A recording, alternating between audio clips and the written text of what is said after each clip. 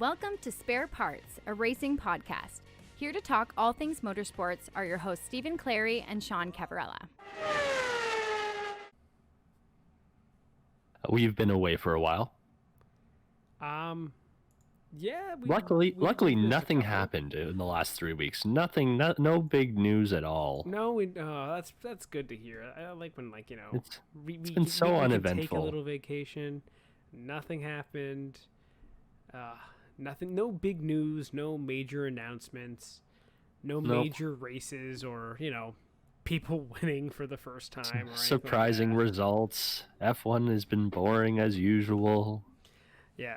F1's been boring. There's nothing happening in IndyCar. No big news of any popular drivers out of NASCAR. Nothing at all has happened. Yep. And of course, this is completely facetious. It's really like the scene from Naked Gun, where Leslie Nielsen is standing out front of an exploding building, saying, "Nothing to see here." Yeah. So, that's So a, where that's do a we really want obscure reference, by the way. You're welcome. Yeah, even I have no idea what you're talking about. So yeah, It's a fantastic movie. been away for almost 3 weeks now. Yep. Yeah, so we missed a lot. So Yeah. we've been away. We missed 3 weeks. We were both actually moving, kind of I guess weird circumstance of that we both have to be moving at the same time. Yep. Both getting used to new schedules and stuff, and Labor Day weekend is the best weekend to move. Actually, yeah, that is true. Yeah, so we're just trying to get new schedules together, and now we're now getting back into the rhythm of things. We're now back recording, back to talk about motorsports, and wow, is there a lot to talk about? Yeah, we should have moved like 4 or 5 weeks ago. It would have been perfect. Why? Yeah, it was just a little more boring. Yeah, so you're saying like because we moved and because we were away, it has gotten better? Yeah, it's the cosmic energy or something. I don't know. So what we're trying to say is you're welcome for having just awesome stuff Yes, in the racing this is world. all our fault. It's entirely because of us. Send your praise towards us. Worship us. No, don't do that. But we are the reason that the racing gods have blessed us with some amazing races. I see no other gods up here except me. Okay. If your internet cuts out during this, I swear it's going to be karma. Yeah, probably. Yeah, it's probably for the best though. Anywho, enough about that. Where do we want to start in our smorgasbord of news, results? Where do we start? Like, in your mind, what do you think is the first thing to talk about? Let's do. I don't know, because like, let's do F1. I think F1's got the big chunk of stuff to cover, and a lot of it is intertwined as well. Yeah, so I think F1's a good place to start because it has just been absolutely nuts. So much has happened. Yes. But at the same time, it's been exciting. Mm-hmm. But Things are happening. But I would say, so if we're going to start with F1, let's start with, I guess, the first race, which we missed. So let's backtrack. Let's backtrack because it's been a while. So the last one we cut, or the last race, or the first race to happen since our last episode was Spa. Yes. So just before that, we got an updated schedule. Mm-hmm. So it was the fact that Turkey, 2 times of 2 weekends at Bahrain, and Abu Dhabi were added to the F1 calendar, with the second Bahrain race being the outer oval circuit. Well, it's not an oval, but everyone's calling it an oval. It's a very it's a very big circle with some extra kinks. Yeah, that's still not an oval. No, it's still going to be very hard for guys to drive. No, but either way, I hope some F1 fans were triggered by the fact that they were complaining about racing on ovals, and literally like 2 weeks later, hey, we're going to be racing on an oval. Yeah. But yeah, so they announced that, which basically solidifies the calendar for the rest of the season. Yep. So we know that is how the season is going to end. We're going to go back to Turkey, which if you had that on your 2020 bingo card, good on you. Go buy a lottery ticket, because I don't think anyone would have predicted F1 back at Turkey. There's a lot of F1 things that you couldn't have predicted. Oh, and we'll get to that. Like, oh my God, I'm just for a second to appreciate, I guess, the things that we've missed in the last 3 weeks and how rare so many of those things are. Oh, I hate that we couldn't cover everything like week by week by week, and now we're stuck doing it all at once, and it's not gonna be the same. Yeah, well, you know what? We can always do next episode too, because F1 has a week off. That is true. So we'll do a deep dive next week into everything. We'll just try and cover some of the stuff we missed. Fair enough. So anywho. After that was announced, we had Spa. So the first race we missed was Spa. Yeah. Can you tell me anything exciting that happened during that race? No. It was a rather boring race. It was. There was a fun move. I think. Who was it? I have to go. This is 3 weeks ago. It's really testing my memory. 3 weeks and not exciting. Who was it? I think it was Gasly and Perez had a really fun time through Eau Rouge. That was fun. Basically the only entertainment of that race was Gasly and Perez, because they went on different strategies, and basically towards the end of the race, when they pit on fresh tires, were able to kind of cut through the field a bit and make up some positions. Oh, I'm talking like first lap. Oh, yeah. Perez is but I'm still overtake. saying, like, in general for the race, there wasn't a whole lot for that race. No, I think most people could admit that the Spa race was rather boring. Yes. And correct. Yeah, I was starting my move that week, and I was okay to miss that one. I'm like, okay, I missed that race, but at the end of the day, no, I had to work that day. So I caught the race, but I ended up having to work, so we couldn't record. But yeah, so that one I think we could have accepted missing. Yeah. You know, schedule's on the line. We missed that one. There wasn't a whole lot to talk about. No. Biggest thing was, Ferrari failed. They were just super slow. Copy paste from previous episodes. Yeah, exactly. Kimi Räikkönen was the fastest Ferrari. Yep, that's an issue. Yes. But the only other thing really noteworthy from that was that they did a nice moment pre-race for it's obviously being the first race at Spa since we lost Hubert last year. I mean, they did race the next day, but I understand what you know what I mean. Yes. Yeah, especially for the F2 guys. For the F2 guys being back there, I think was even harder. Yes. But they had a nice moment. I think they had his family out beforehand. It was a good touch. Yeah, I did like the Pierre Gasly going to the top of Radion and kind of putting the flowers over there. Like I like that when they did their track walk. That was a good kind of little thing they did. Yep, some good posy vibes for 2020. Yeah. And like maybe that ended up being some good karma for Gasly. Yes. Because then we get to Monza. Shit show. Wow, that was a race. Yes. And then some. That was like I'm just trying to like rewind it in my head. Because that started with what? Pretty average start. Bottas kind of struggled, kind of went through the field, kind of got stalled, right? Yep. Then we had Magnussen. Yeah, Magnussen just having like a random little failure. Yeah, he is a failure. Parks his car beside the pit entrance, which leads to thank you, red flag. Thank you. Did you? No, that wasn't a red flag. Try. Oh yes, sorry. Did you see the Haas tweet because of that? No. So Haas tweeted after that, like they tweeted, "Oh, he's pulled up on the side, like he's retiring." They ended up quote tweeting their tweet, and it was just like, "You're welcome." Yep, driver of the day, K-Mag. Yeah. For making F1 interesting again. So I don't understand why he didn't just take it to the pits anyway, but I don't know. Just couldn't keep coasting it in. Nope. But thankfully, because of that, they had to call a safety car to move it because they couldn't actually push it back into the hole where the marshals were. Yep. Yeah, So- way too small with these Yeah. cars. Like small, like you need like maybe some olive oil could have like slid that in there, but like even then, Yeah. it's Italy. Yeah. They got a lot of Yes. oil. Yes.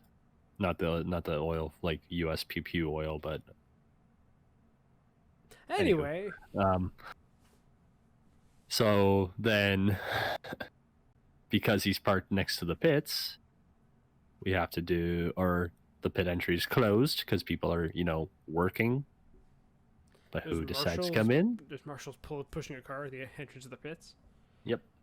And Lewis says, "Yeah, I'm going to come in," not realizing, oh, pits are closed. Because let's be honest, how many times are the pits ever closed in an F1 race?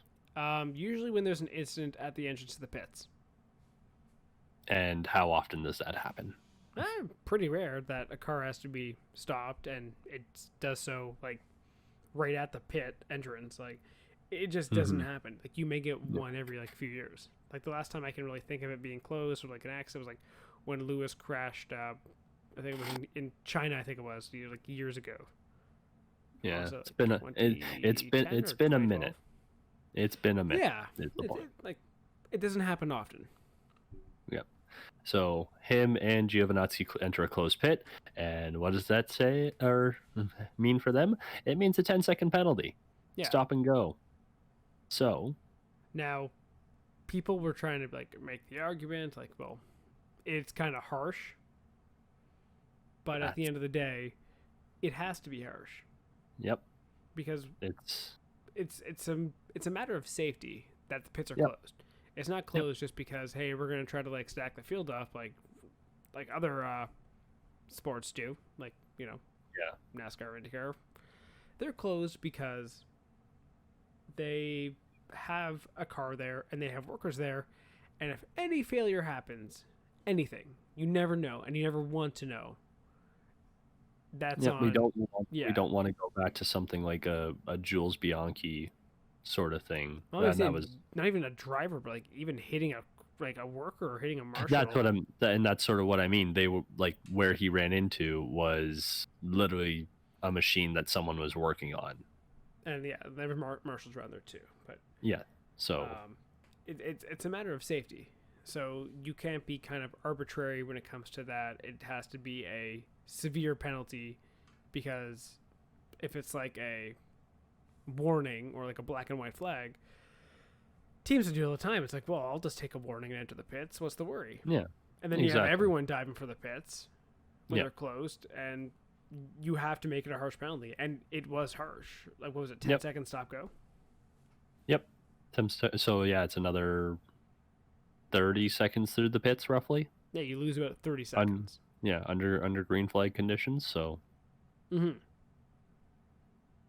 But what happened was that didn't even get decided until the red flag, because on the restart after the safety car from moving Magnussen, you had Leclerc crash. Yes. And that's what threw everything up. Yeah. Because then you big had crash in Parabolica. You had the red flag, you had kind of a messed up grid, because I think it was Gasly and Stroll did not pit on the initial safety car. Yes. They were going to gamble to keep going. And what a gamble that was. Very good gamble indeed. Because then you had the ensuing restart, red flag restart, and this is the first time those rules have actually been used. Mm-hmm. Well, again, how often has a session been red flagged in recent memory? 2017 Baku or 2018? Yep. Either way, it's been a minute. Mm-hmm. But and also, was that even? Yeah, that was in race conditions, because I think we've had red flags in practice, but that's the last sort of one non-consequential. The last one in a race was Baku, because they had too much debris because guys just kept running into each other. Yeah. Yeah. Yeah. So. And that's another time Stroll got a podium. Huh. Yeah, kind of benefits from red flags. Very opportunistic podium getter. But yeah, so because of the red flag, you had those guys not pitting, jumbled the field, and then as Hamilton's getting into his car, he gets the penalty. Yeah. Or finds out he's going to get the penalty, which really sucks when you start a race fresh, and basically you got to catch up to the pack. Yep. Now I think his drive towards the end of that race that was very underrated, and I don't think people appreciate it enough. Yeah. Well, I mean, it'll always be a little bit harder to appreciate for some people, because it's like, oh, of course he can cut through the rest of the field. Look at how dominant the Mercedes is. Mm-hmm. At the same time, with how many laps were left roughly? 20? 25? I can't remember. No, the it was exact almost number. it was like 26. It was almost like exactly half race distance. Yeah. So to take 30 seconds, catch back up, and then also get past is a very impressive drive. Yeah. To do, even if you are driving in the very best car, that car only has so much of an advantage when you're getting past. Mm-hmm. And also, like, you can't just pass freely everywhere you want to. Like, I always think so. Was it the double right-hander? I can't remember the corner names, but that double right-hander, I think, turns 4 and 5. You can't get through there. The Ascari? Oh, the Lesmos. Is that it? Lesmos. You're talking the Lesmos. Yes. Yeah, you can't get through the Lesmos overly easy. It's not hard, because while it's not flat out, it's also just a tough place to pass based on the line, the typical racing line. Mm-hmm. Again, it's not like he can fly past on the straights. Yeah, that's super easy. His car has more power. He has DRS. But it's as if he catches someone at the wrong place, he's not getting through. No, that is very true. But at the same time, though, to go from like basically 30 seconds back and to catch the field, because you always say in racing, it's catching them is one thing, passing them is another. Yes. Right? You caught the field, which, yes, you're in a great car, but he still has some racecraft to actually be able to make the moves, place his car in the right position, because Bottas struggled so much earlier in the race. He was only two spots behind his teammate. Yeah, and he finished one ahead of him at the end. What do you mean one ahead of him? Bottas finished one ahead of Hamilton. No, it was Bottas, Ricardo, Hamilton. So 2 spots ahead. Oh, okay. I didn't realize Ricardo. I thought Bottas got Ricardo. No, yeah, Bottas had Ricardo, so it was Bottas, then sorry, I meant and Ricardo. then Ricardo, then Hamilton. Hamilton did not catch Ricardo. I see. Okay. So listen, it's been 2 weeks ago, and there was another hellish race today. Yep. But he had only like a 9-second gap behind Ricardo, which is insane. So, but yeah, the only thing I was a little bit disappointed with. I kind of wish we had 1 or 2 more laps. Why? Just would have been a fun, close battle. Dude, that's between Sainz and Gasly. What do you mean though? That's been the closest finish for like. It has. I can't remember how long it said, but that was one of the closest F1 finishes in terms of like timing between the two. Sainz had his chance, and guess what? If he maybe had pushed also a lap sooner, he has it. And you can't say, one more lap. Yeah, of course everyone wants one more lap, but that's not how the race works. I know. We race to the distance. No. I understand what you're saying. I'm just saying you're wrong. NASCAR, we don't race to distance. We race to win. Okay, get your overtime and leave, okay? just stand up, take your overtime with you, and leave it in North America, because it is not coming. It's not coming to F1. Yeah, thankfully. But what was it? Sainz. Because we haven't even talked about the winners. We haven't even talked about the podium yet. Yeah. Well, I guess so. We're already sort of talking about, but like Sainz, and you sort of touched on it, if he had pushed a lap earlier. Well, Sainz's engineer had told him, like, you don't have to overtake Kimi right away. You can sort of take your time getting around him, and that might have cost him. It might have, yeah. Because if you have an extra half lap and clean air, yeah, it definitely could make a difference. But that's the beauty, is you don't know, and you got to base it on what you know at the time. and hope your strategy pays off. And, Yep. more often than not, it kind of doesn't.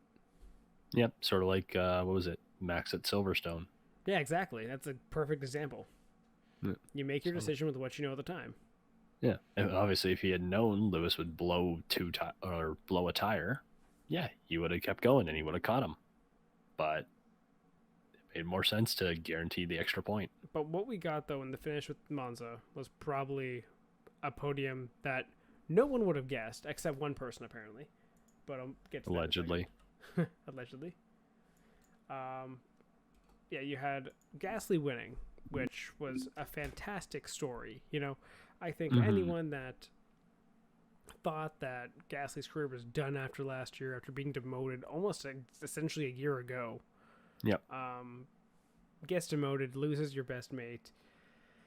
Like, really rough time. And to come back this year kind of refocused, and really he's put in some great drives, and just to cap it off with a win like that, and a win that, you know what, some might say he got lucky, but he did drive the hell out of the car once he took the lead. Yep. And A he had to great fight arc. it, yeah. Great character arc. Now this creates more questions about Red Bull and what they're going to do, but that's, again, we're not going to know until they finally do. We can speculate all we want of won't they with Gasly or with Albon, but at the end of the day, both are really good drivers, and I think both have proved it. And Yep. it is what it is, basically. You may have too many eggs in one basket there if you're Red Bull. You may end up losing one of them. Yep, definitely possible. But speaking of losing, and Monza race specifically is the last race of the Williams family in F1, and we're losing the Williams family. Which some people, I'm sure, are kind of happy about, I think. Yeah, probably.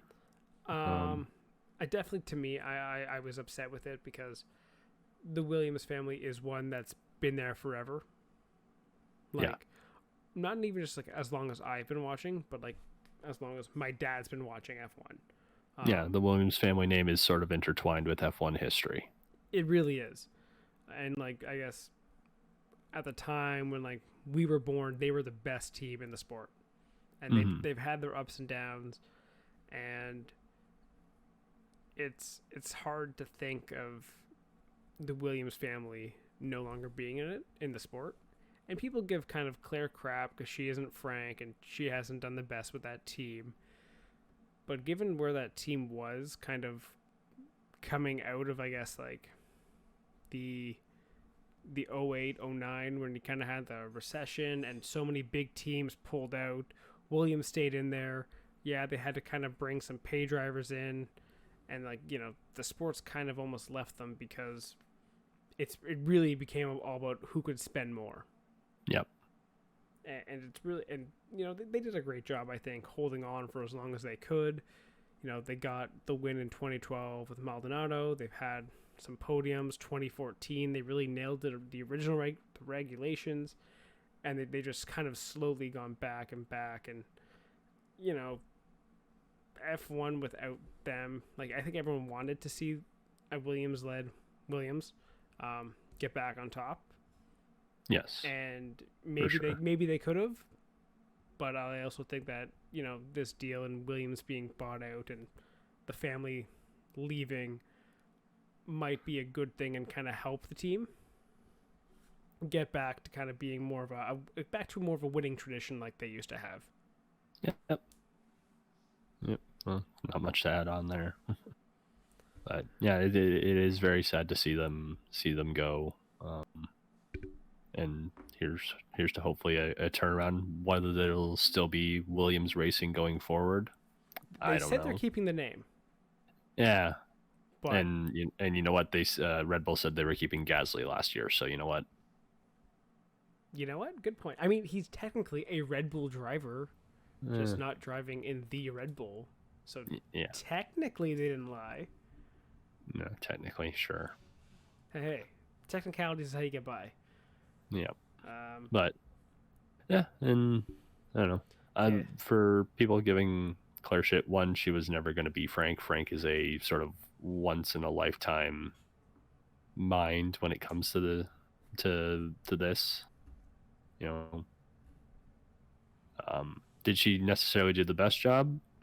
You could easily say no, but it takes a lot to run an F1 team, and it's not overly easy, especially as you said, it's gone more from a who can do the best versus who can spend the most money. So if I don't think it really would have mattered who took over. That team wasn't gonna be able to spend as much money in the sport as some of these bigger players. It's a shame that I think 2020 definitely killed Williams. Like, not Williams the team, but Williams the family and the team. Yes. If maybe, COVID doesn't happen, Williams can hang on this year and next for more of the tighter financial regulations to kick in, and they can kind of tread water until then. Yep. And we've already sort of seen them sort of trend in the right direction.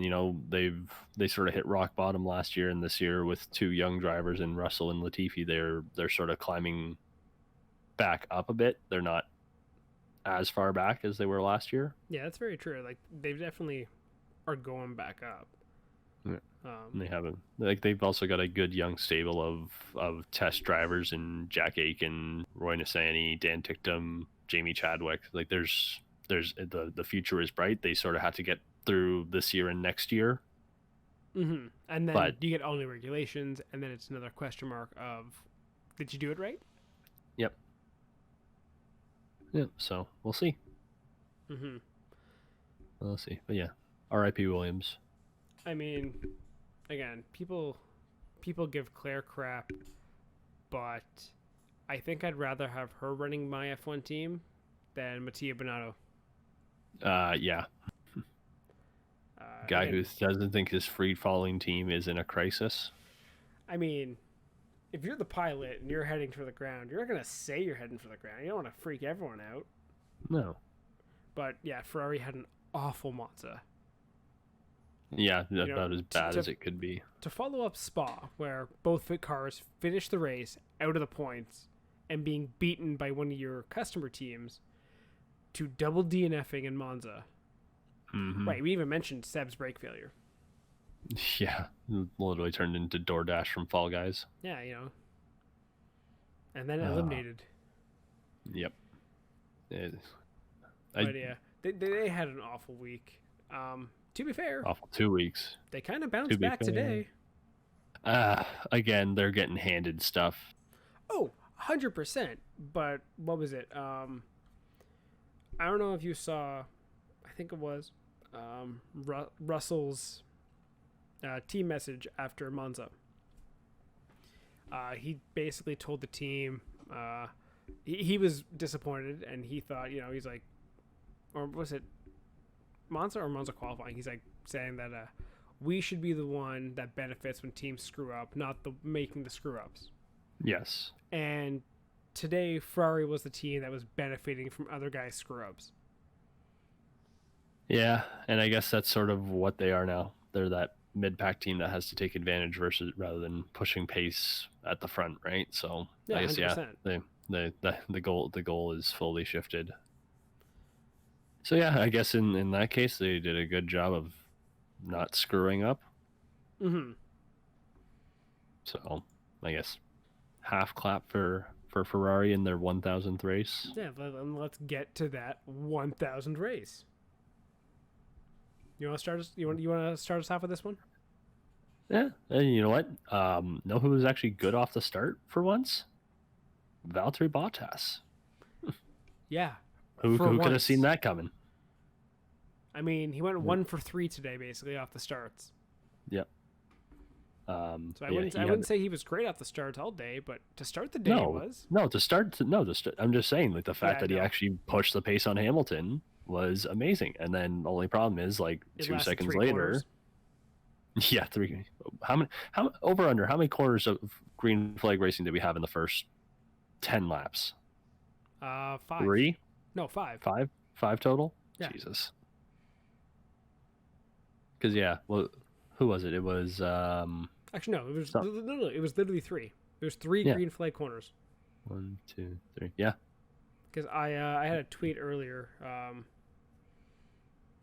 basically saying that after the major red flag crash, 3 out of, or I think it's 2 corners and they did 2 straights and 3 corners. Only 10 cars had not made contact with another car. Yeah. That's a big yikes. But That also was some makes it bumper so much cars. more fun. That made it so much more fun. Mhm. And you know what? Know who else? I know we just sort of spent the last 2 minutes shitting on them, but you know who else had a good start? Was Charles. Charles had a really good start. Oh, for sure. And He, it's sort of he actually had a really, I wouldn't say a terrible day or bad or a good day, but he was decent. Yeah, well, you know what? He again, I'm talking purely about the start here. He Mhm. jumped up into third Yeah. right away. He got off the line very quickly, and it helps because Max had a power unit issue, so he was saying, "I don't have power. I don't have power." Oh, He yeah, had a even horrible, before the race, horrible they were start. working on his car. Yeah, that's what I'm saying. He had a horrible start because of power issues, which is disappointing. And then he got shunted, leading to the red flag after beaching himself. No, first one was a safety car. Or sorry, yes, safety car. You know what? I'm not used to safety cars and red flags in this sport anymore. Used to just Get used to it. running the laps and doing nothing. But yeah, it was who was it? It was Gasly went over the top of Raikkonen, and then Raikkonen got into the back of Verstappen. How and did it was just Raikkonen finish this race? I don't know, because the 2 guys he collided with there were both out like instantly. Yeah, I don't know what that suspension was made of, but that was a hit. Kimmy just glared at it and it went back into place. Yeah, or just the power of like. Or no, here's the thing. Kimmy's so cold, the whole car is cold and frozen, so it just can't break. So I think that would make it easier to break, but sure. You know Go what? for it. It's stiff, cold. You know what? Fuck off, okay? But yeah, I don't know. Then Kimmy, so Gasly hit, was it Verstappen? Gasly hit Kimmy, and that put sort of punted Kimmy into Verstappen. Oh yeah, it was Kimmy that went to Verstappen. Yeah. Yeah. But well, I guess Gasly sort of Gasly also went into threw. Verstappen. Either it was just pure chaos. Yeah. And not to Let's put mention it that also, who was it? It was Sainz spun. Yep, Sainz had a little spin. Sainz spun. Him and Stroll kind of touched and just kind of went around, almost kind of similar to like Vettel's spins he did that they did last year. Spinella. Yeah. It was almost like an exact copy of that. I was like, is that car red? No, it's orange. Yeah. But the car wasn't orange today. It was burgundy. And then, but Yeah. the weirdest one, I think, of the first lap crash, Grosjean went flying off and hit the barriers. And he hit it hard. Yeah. Yeah, I forgot about that. But That's he made it out of the kit. He made it out of the kitty litter. He finished Explain the that race. one. Okay, Explain that no, one. no, I want to say, I think Grosjean also could have got a driver of the day for bringing that car home. Yeah. Yeah. He hit the wall hard at the end in that crash, got to the round. Don't even think he did repairs. Then on the safety car restart, when everyone was wrecking in front of him and around him, somehow he was fine. Just guided the car through. Like, I honestly have no idea how Grosjean would finish that race, because you would think in a wreck fest like that, you would expect Grosjean to be in there somewhere. Yep. Yeah. He just seems like the sort of guy that would end up in the middle of that, considering how many crashes he's almost caused this year. Yeah, exactly. And like, remember when they were making fun of him for crashing in Drive to Survive? Yeah. I don't even. How much you want to bet he'll be out by lap 3? Yeah, it was the third corner. Or sorry, turn 3. Turn 1. It was turn 2. Turn. Yeah. But yeah, like I was amazed that that car survived. And what was it? We lost how many cars today? All 8? but two didn't score points, so we lost 8. Yeah. 8. 7 of them were crashes. Yep. compare that to like what was it? Austria, beginning of the year, right? When we lost, it was all we mechanical lost failures. 9. We lost 9, and almost I think only 2 were crashes. Yeah. What was it? Max had a mechanical. Who else? It was Danny Rick mechanical. Yep. Stroll Ocon was mechanical. mechanical. Ocon was kind of damaged mechanical, but it's still like we're done. It wasn't a crash. Yeah. It was we have to race this car again here next weekend. Bring it in. Yeah. I think it was only Kimi that lost his tire. Yeah. Oh yeah, Kimi lost a tire. God, that seems forever ago. But yeah, like, and then you had that. Then you had the safety car restart crash. What's your take on that safety car restart crash? Okay, so I was talking to my dad about this one, and he was sort of like, Bottas is an idiot. And I was like, he's technically within his rights to do exactly what he did, which is, back the pack up and wait, because he controls the field at that point, right? Like you can say it's dumb or whatever, but he controls the field. He decides when they go, and I think he had it timed out pretty well. Actually, he got a good jump because Hamilton kept basically drove up next to him, but if he passes him even for a millisecond before that start finish line, that's a penalty. So he can't do anything. I think Bottas actually timed his restart pretty well and got a good jump on him, because it also sort of backed up the next couple cars behind him as well. And on that on this track where it's that long straight, it's the strategy. You don't want to give the guys behind you the slipstream all the way down the straight into the first corner. So yeah. I think it was a totally fine move, and I sort of, when I was texting with my dad, I sort of chalked it up to, well, how often do we see these guys do rolling restarts? Yeah, because right? What comment did I make to you when they were almost really going too wide down the It almost looks like an IndyCar restart. Yeah, it looked like a North American restart. Yeah. Yeah. But these guys usually, as soon as they their sort of their mental thing is, I see green, I go. It's not like IndyCar where it's okay, you got to wait for the leader. Leader's going. Well, funny enough though, they actually, in the drivers meeting today, apparently they reminded the drivers that that's the safety car procedure. Do not pass before the line, which is the actual line. And like they were told, they went through it. If there's a safety car, you cannot pass the safety car until it pulls into the pits, because the pits entrance is so late. Then you only have a short run up, and the leader can go whenever he wants. Green does not mean go. Go. Yep. In F1. But in F1, green is never mean go. Green means track clear. The go is on the leader. It's not like NASCAR and IndyCar where the green is thrown on a restart, you just gun it. Yeah. And the issue here was you had a bunch of guys, like in my opinion, I blame the midfield guys.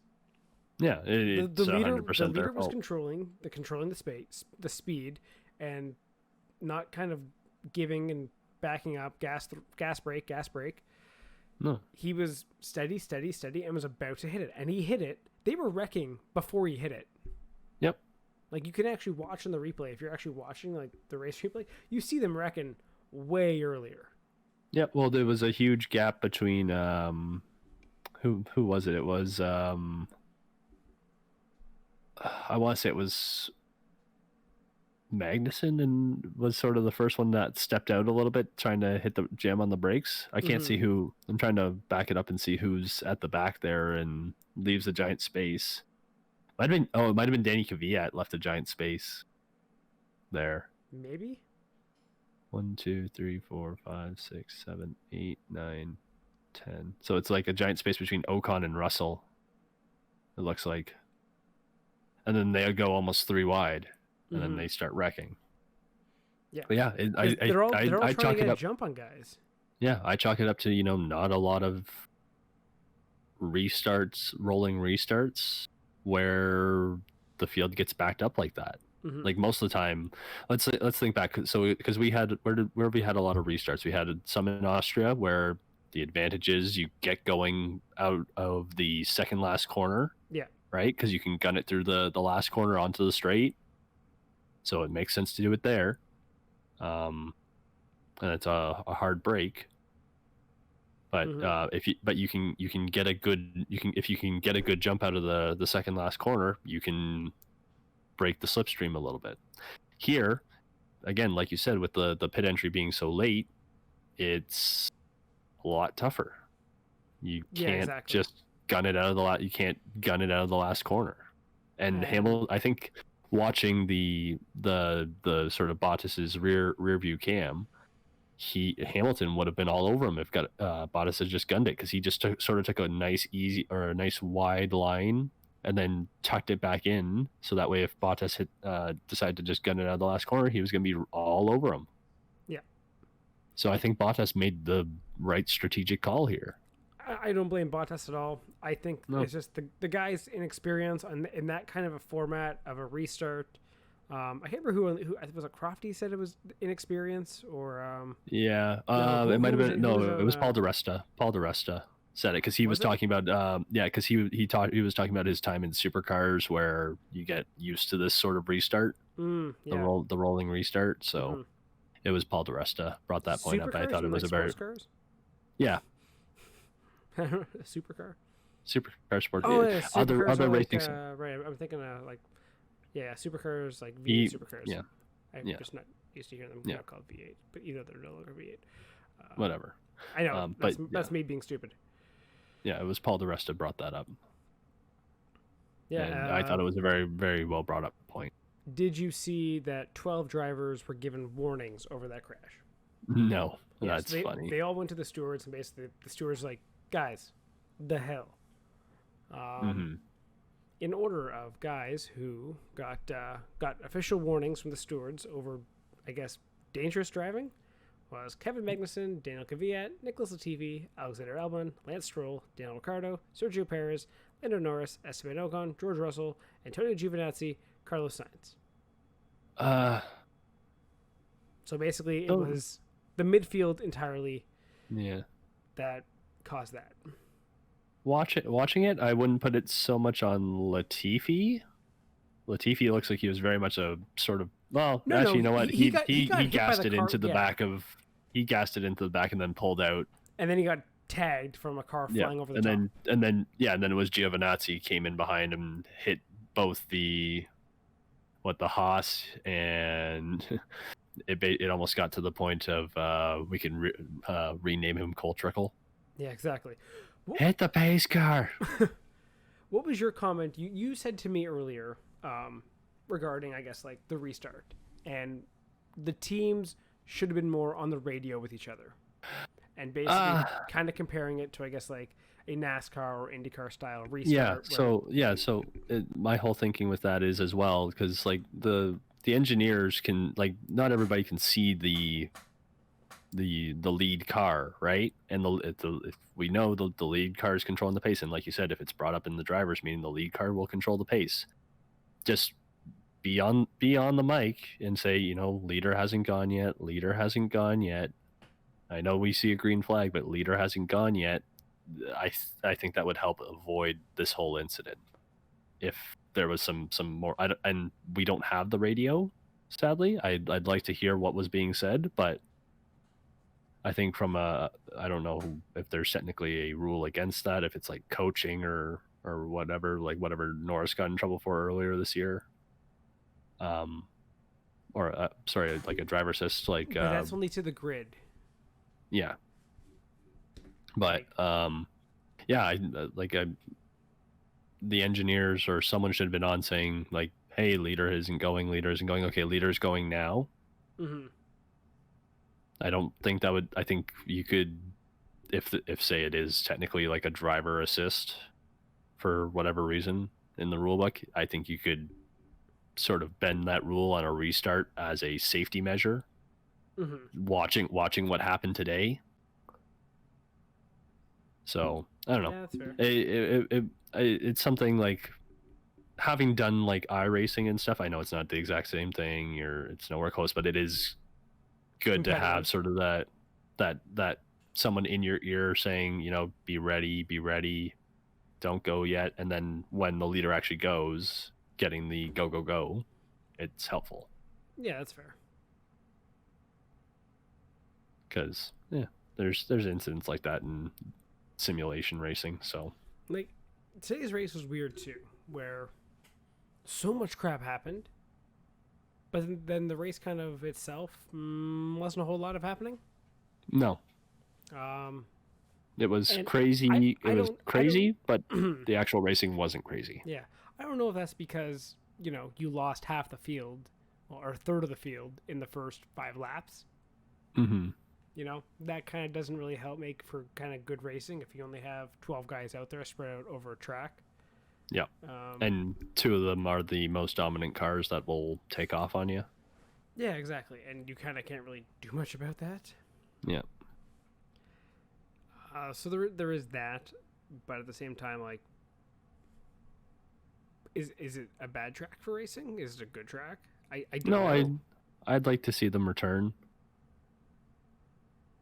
I think this track could be a good track. Mm-hmm. It's hard to judge off of one race, that one race being so chaotic, like you just said. Yeah, so there was the first safety car, second safety Yeah. car with red flag, then third safety car with red flag for a Stroll's crash, which was a really weird one that just kind of okay, that was unfortunate for you. Glad you're okay. Something just went. Yeah, puncture or something broke, and he just went around and hard. But yeah, and like there was 2 red flags, 2. Yeah. That does not happen often, and especially We've had three red flags in 2 races. Yep. So again, how often have we seen a red flag recently? Yeah. And then To the have fact that it's now happened in three races, or 3 times in 2 races, that's just bizarre. So. And to be honest, I actually do like the rule for the red flag, the standing start. Yeah. It's kind of fun. It definitely changes things up on the front of the grid. Yeah. Because now, like, in the first one, the first start of the race, Bottas jumped Hamilton. Yeah. The second one, Hamilton jumped Bottas. The Yeah. third one, Ricciardo jumped Bottas, and Hamilton got away clean. Yeah. Okay, so quickly on that second one, did you see how much Hamilton's brakes were smoking? Yeah. And get a little bit excited? Yeah, you had a GIF of that one. Yeah. Yeah, it looked like it Was was a Rastafarian car. Yep. Yep, there was Bob Marley coming out of it. He's playing Bob Marley to the grid. Yep. Man, they were smoking a lot, but like they were hot and they were sticky, and he used them into turn 1 to get around Bottas for sure. Mm-hmm. But he was already clear of Bottas, but just kind of emphasized it getting around. Yep. Yeah, Bottas is just like his third start was so disappointing, where everyone thought, okay, he can get a jump on Hamilton. We may get kind of a different ending to this, but Ricciardo jumps him. Ricciardo gets passed by Bottas, then gets passed by Albon, and then you end up with your Mercedes 1-2, Red Bull third. At least Albon got his podium finally. Oh yeah, thank God. There wasn't a Hamilton to take him out this time. Yep. I did at one point, was sort of like, they still have that type of 2 bet. Lewis, you can drop back a little bit. You can drop back and just sort of nudge Albon off the track if you want to. I'll be upset for Albon, but at the same time, for the lulz, go ahead and do it. Yeah, exactly. Just give it a try, please. So. But yeah, good for Albon. He needed that so badly. He did. I think so.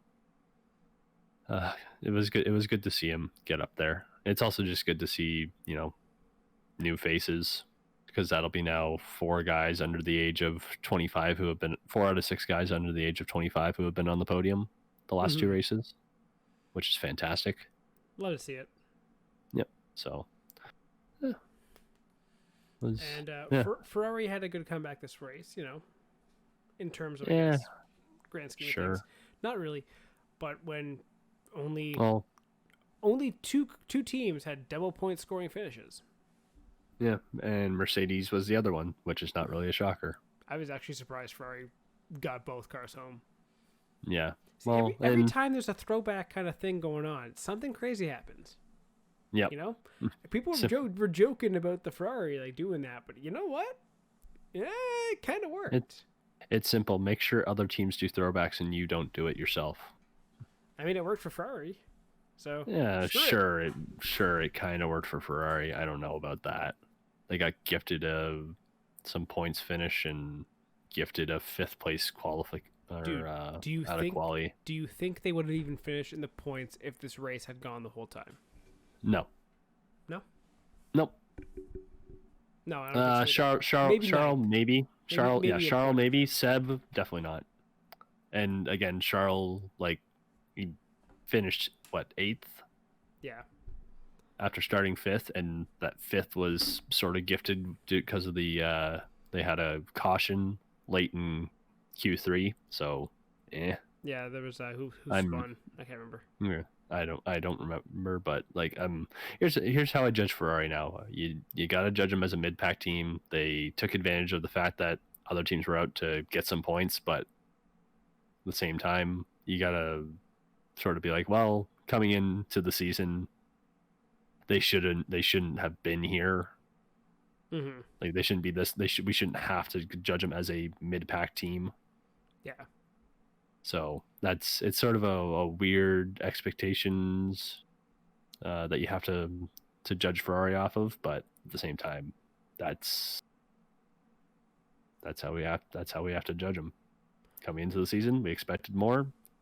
Now it's sort of like, yeah, okay, we'll be fine with whatever, because they've sort of said, yeah, we're not going to be overly competitive for 2 years. So, guy I feel really bad for is George Russell. Yeah, poor guy can't finish in the points. He was on it for the points and then got screwed by the second red flag. Yep, because Vettel even admitted after the race, like, yeah, he was faster than us. Yeah, but like, you know, at least the GP was in, like, you know, in support of Ferrari, you know, seeing red everywhere. Yeah. On the track, in the fans, in the flags. Yep. Very hilarious. Very well played. What? But Russell was probably seeing red after the race. Yeah. Trying to think if we have anything else from this race. Ooh, another guy. I was gonna say another thing on Kimi. He was a lap down at one point. Got the lap back because of the safety car. Well, him and Grosjean were a lap down, I believe. But he was a lap down and then finished in the points. Yeah. That's impressive. Old man Kimi still got it. Yep.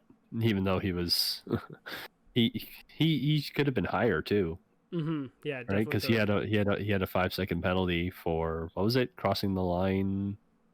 It was another sort of weird pit timing. What you mean? What was it for?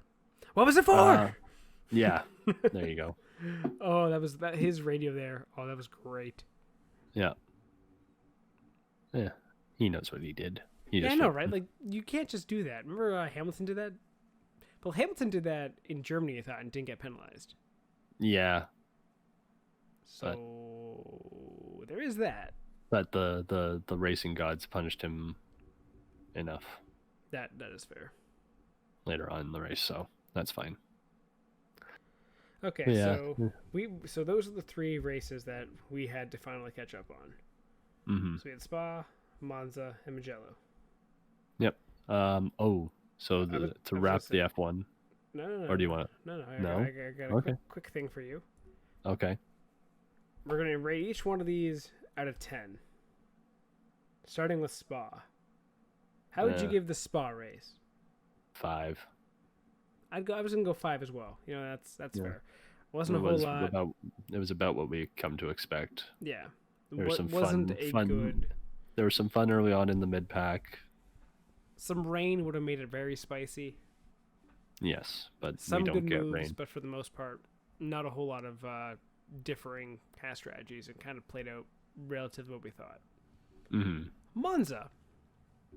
10. 11. 11. Yeah. That was I think it's sort of a general consensus among the F1 fan base. That was the most fun a lot of us have had with a race in a very long time. Mm-hmm. So And it was fun to see someone new. And, you know, we didn't really talk about, I guess, Gasly winning too much, but that podium and him just kind of taking it all in, and it was really unexpected to have it. Yeah. Really, like, was touching. Like, I was like, you know, good on you. Especially, like, the three of them up there just seem so genuinely happy, not like, oh, this is my 90th podium. Yeah, thanks to be here. Yeah. Like, they were so excited and happy for themselves and for one another. Yeah. Yeah, exactly. So, like, Monza was like the cocaine you need every once in a while. You know what I mean? Like, Yeah, and that's the one hopefully, that, like, keeps you coming back. yep. Hopefully, with new regulations, we get a bit more of that. And thoughts on Magello? Yeah, Magello was. It's sort of tough to judge because, like you said earlier, right? it was crazy. But when we were actually driving, it wasn't so much. There was potential for having a mix-up. I'll give it a 7, just because at first it was like, well, what's gonna happen? What's gonna happen? And then as the race sort of went on, it was like, eh. Well, Ricardo's still up there. Albon can get his first podium, so like 7 or 8 is probably a fair grade. Mm-hmm. I think. Yeah, Again, there was enough craziness to be interesting. Some different faces in the top 5 with Ricardo and Albon up there. Mm-hmm. Made it interesting enough. Yeah. So. And then. What about you? I would say, I was thinking, I don't know. I was thinking 7, but I don't want all our damn answers to be the same. I was hopeful that it would cause more of a mix-up. I would love to see this race with more cars, with all the cars back on track. I think it has the potential to be really good. But for me, I think overall the race was more of a 6. Yeah. There was a lot of potential for it to be better, but we didn't get to see it play out. Yeah. Would have been nice, but oh well. And the way I think it's sort of everything's sort of set up with these cars, where we sadly sort of have to expect the finishes to be fairly similar to what they've been all year. If we get the odd one, like last week at Monza, fantastic. Yeah, but no. I wouldn't be betting on it every week like you said, like someone apparently did. Yeah, allegedly someone bet on the Monza race, and what was like 20 cents they bet and got like $300,000 or something like that. That's BS. Come on, man. I mean, if you did, good on you. Oh yeah, for sure. But that's just like, yeah, I actually bet on Gasly to win this race. So okay, like, yeah. And you put a 20-cent bid. It was the entire podium, right? Oh, that's very sus. It was 20 cents, man. You could easily just like. You could, but like, still. I'm gonna spend like what, $100 on every single permutation. Yeah, that's if fair. One I guess. pays out. One. It's your money. Yeah. Spend it how you want. Go for it. I'm just surprised a $20 or 20-cent bet was allowed. Yeah. What else do we have for F1? I think we got a couple more things here. Renault is officially becoming Alpine. I said Alpine earlier. It's Alpine. Yeah, they were calling it Alpine. I'm still saying Alpine. Alpine. No. It's French. It's Alpine. Mm-hmm. So yeah, there was that, which is going to be kind of cool. But you're going to have, what is it? Aston Martin, Alpine, Alfa Romeo, AlphaTauri. Isn't there one more A? Or is that all of it?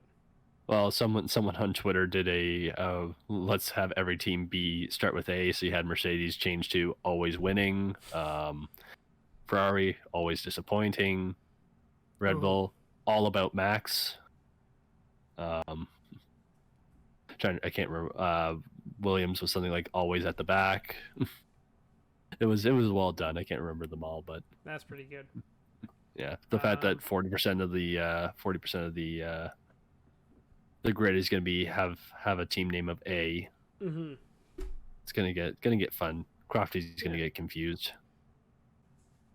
And the last bit of news for F1 we got is a little bit of silly season news. Hooray! Yes, also not hooray. Also, who didn't see this coming? Yeah. You know? I don't know. But yeah, Vettel is going to Aston Martin, aka Racing Point. Yeah, they're taken. So for next year, I think it's confirmed that it's Vettel and Stroll. Yeah, Stroll 'Cause is all but I confirmed. think, Like, what was it? Otmar said that Stroll was never in doubt. yeah, when your dad owns the team. When his dad pays your checks, Yeah, not just but owns the team, but pays the guy who's going to hire you. Yeah. yeah, but I mean, also Stroll has been better than Checo this year, so Yeah, you know what? He's been competitive, and I think he definitely has kind of proven a lot of haters wrong. yep. Well, and the He's thing gone a little keeping past the pay driver status. yeah, well, and the thing that sort of keeping or that has people pissed off, other than well, Stroll's obviously going to be kept around because his dad owns the team. It's essentially Lance's team, but the only other thing Checo really had going for him was team loyalty, and I think there's been moves in the past that have proven, yeah, we can reward loyalty. Doesn't always mean we are going to. Yeah, loyalty Right, in so- F1 is kind of a double-edged sword. And, Where well, and it can that's sort be of really that's every good. sport. It is. It is very true. But like it can really work out. Like Paris is the reason like Racing Point got saved. He was the one that kind of forced it into administration. He's been with the team forever. But at the same time, he also brings a lot of sponsorship.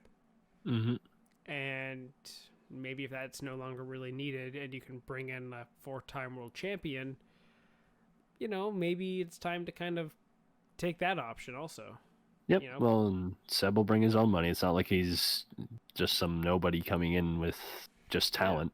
Yeah. And like, I think one thing that is overlooked in this entire, basically Vettel in, Perez out, and what Vettel can bring to a team is some veteran leadership. Yep. He's competed and won championships for the best team in the world at the time, which was Red Bull.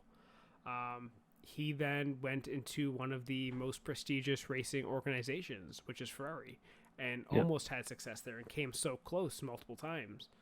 So bringing that kind of experience into this organization from the driver, and maybe he can even pass things on to the team of like, what if, structurally, I know you're telling me this, but why can't I just talk directly to like the brakes guy or like something like that, like when it comes to finding out like how to improve the car. Yep. Like this could be a major improve strategy calls because he's been calling Ferrari strategy all year. Yeah. This could be a major step forward in terms of not just like creating a good partnership at Aston Martin, but developing the team into that next step, into that championship caliber team as the new regulations come in. Yep.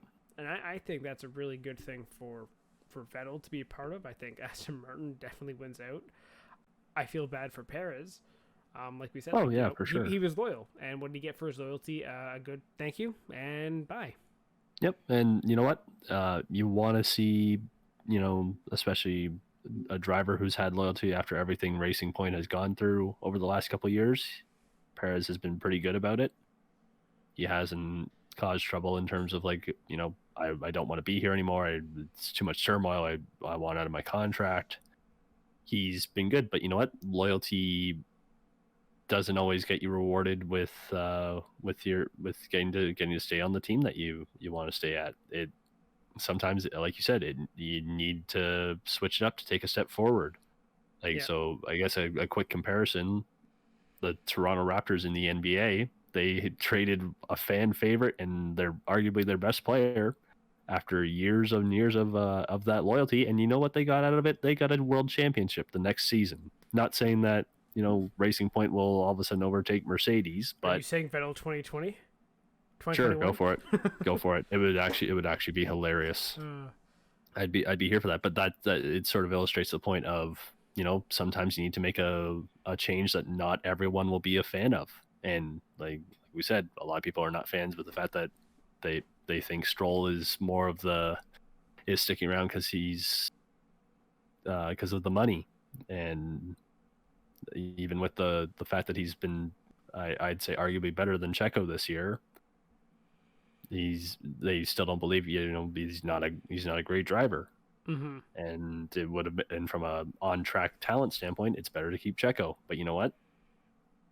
It's not how it always works, sadly. Yeah, like you're not just building for right now. You also have to build for 3, 4, 5 years from now. Yep. So sometimes it works out in your favor. Sometimes it doesn't. I don't think he'll be out of a seat. I think he'll be in F1 next year. Yeah. I could easily see Perez going to Haas. Yeah, definitely. They could really use a driver like him. Yeah, definitely. And there's been rumors about a couple places that he'll go. It's still fairly early on in the process, so well, I guess McLaren we'll said, sort of, "We'll take you for yeah, IndyCar." and sticky in IndyCar, which that would be interesting. Another F1 name coming over. That would definitely be interesting. Yeah. But I personally don't see him doing that. Would that mean No. McLaren would go to 3 full-time teams? Yeah, they're just building as many teams as they can and getting as much outreach as possible, which is great. I don't think he wants to do that. I think he'd rather stay in F1. I think most people in F1 would rather stay in it. Yeah. But we'll see what happens. Again, it's this is less than a week old, so yeah, and silly season is silly season. Yep. So, something could happen this week. I doubt it, but I think if he's going to any team, he's either going to Haas or he's out of F1. Yep. That's my thoughts on it. Like I don't really know if there's no real other midfield team that could take him.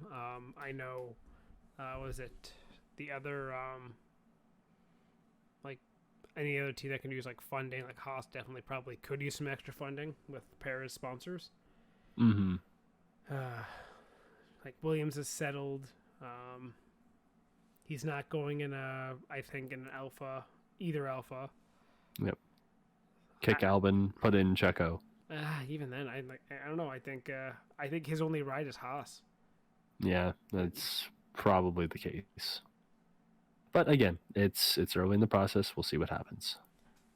So, before there's we wrap lots up, of options. I was just gonna say, and kind of pass a question on to you, and that is like on Mugello, and what we kind of saw out of this race at a track that no one's been to, F1 hasn't raced on. Really, there was not a whole lot of expectations, and I think for people's expectations, it definitely succeeded or exceeded expectations. Yep. Now, are we going to see similar kind of, I won't say outcomes, but maybe similar levels of, I would say, what's the word I'm looking for? I don't want to say carnage, but I guess more in the lines of, I guess, like, not chaos, but I guess like parody. I don't know. I don't know where you're trying to go with this. I can't word right now. More variety kind of thrown into the mix of what could happen. Like variety in terms of tracks, or? Well, in terms of like in tracks we're going to be going to soon, such as Imola, Portimao, the second Bahrain circuit. Ones that people haven't had to race on. Mm-hmm. And back to the Nürburgring. Those I think are going to definitely, and even Turkey. Man, so many tracks that are going to be new. Does that kind of help the sport in creating I don't want to say like an imbalance in power? Like you may be able to hamper Mercedes a bit if they start tripping over themselves there because the tracks are unexpected. If you actually start seeing a title fight, like if Bottas can actually win next week in Russia, just get a little more elements of chance at those tracks and create more entertaining races as a result. You could see that. I doubt it. I think there's just too big a difference in the cars right now. And Bottas, I don't think has the ability to catch Hamilton and make things even interesting between themselves. Like I think so to Bahrain and the quote unquote oval track, Mercedes, I sort of expect to dominate there. I It's a know power when I track. saw yeah, so when the announcement was made, it was sort of like, wow, so Ferrari could get lapped like 2 or 3 times, and that would be hilarious. That could be a And very interesting track in terms of what teams bring like in terms of aero packages to that. yeah, but because I sort of then looked at it from the other way, it's like, well, if we're getting to the ovals, what makes North American oval racing fun is that if you take a pit and all of a sudden you're a lap down, Mm-hmm. it makes some more carnage. If they do have to, if Mercedes does have to start lapping people and then maybe guarding against undercuts, it could make things a little bit more interesting. There's the chance, but I don't know. I think with how strong the Mercedes is, I don't think we'll see too much in terms of a title fight. Maybe not much of a title, but I think we The could definitely see some mixed results. Almost not Yeah, necessarily like Monza, but you might not have your same Hamilton, Bottas, Verstappen at I think some of the newer tracks. yeah, that'd be great. It's just kind of tough I'm to still see it excited. based on I'm still how. excited for Portimao. I think Portimao could definitely give us a good race. People Yep. keep saying it's kind of like Spain. I could easily seeing it kind of being closer to Mugello. It's got some really good flowing sectors. Yep. So, I'm not saying that I don't expect it to change much because I want that. I'd like a majority of people. I think I'd rather see some variance in the top three, top Mm-hmm. two. It'd be great. You see the excitement that was drummed up after Monza. It's good for the sport, but it's just kind of tough to see right now. See that happening. Even with the newer tracks, like this was a newer track, and Mercedes still looked like they probably could have taken off if it wasn't for safety cars. That's true, but also you don't So know if you know if someone jumps them or gets around them or someone can stretch tires longer because it seemed they were also struggling with tires. yeah, yeah, Safety cars, I think, actually helped them more than anything else. Definitely made it so that no one could fight them. yeah. But I don't know. I'm It, optimistic it, going it, forward. Like, I think there's definitely you might see some good races at some of the newer tracks. Yep. As next or 2 weeks from now, I guess you have Russia, so we'll see how that goes. Not traditionally the best track, yeah. but But when you go to Portimao and was it Kimmy's the only person who's driven there? has Kimi driven there? I think so. It was I thought no one had. or maybe it was one of I can't remember which track. Imola or Nürburgring. Imola. No, what? It might have been Imola. Yeah, I think you're wrong there.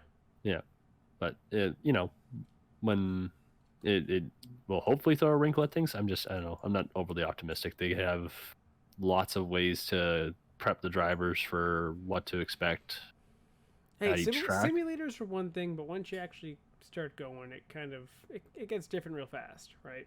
Oh yeah, no, but like it's not like this is like the 70s where where teams are going basically completely blind to what they're doing. That is fair.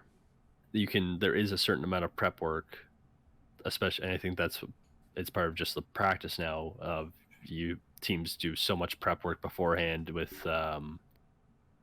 their drivers. It won't, again, it's not like they're going in completely blind to what they're walking into. Yeah. So I don't know. We can continue to hope for the best, but I'm a little more pessimistic, I think. Well, that's fair. So. And on that pessimistic note, I guess we should wrap up this episode. Yep. Thank you for listening to this episode of Spare Parts. Now, I know we didn't kind of cover everything that we've missed in the last few weeks, and that's intentional. What we're going to do is kind of do a two-parter where we're going to talk about all the F1 stuff that we've missed this week, because there was quite a lot in that series, and kind of focus on the other series next week. So we hope you join us for that, and we'll be back next week. We promise this time. Thanks for listening to Spare Parts. Remember to follow the show on Twitter @SparePartsPod and follow our hosts @Sean Cavarella and @Stephen Clary.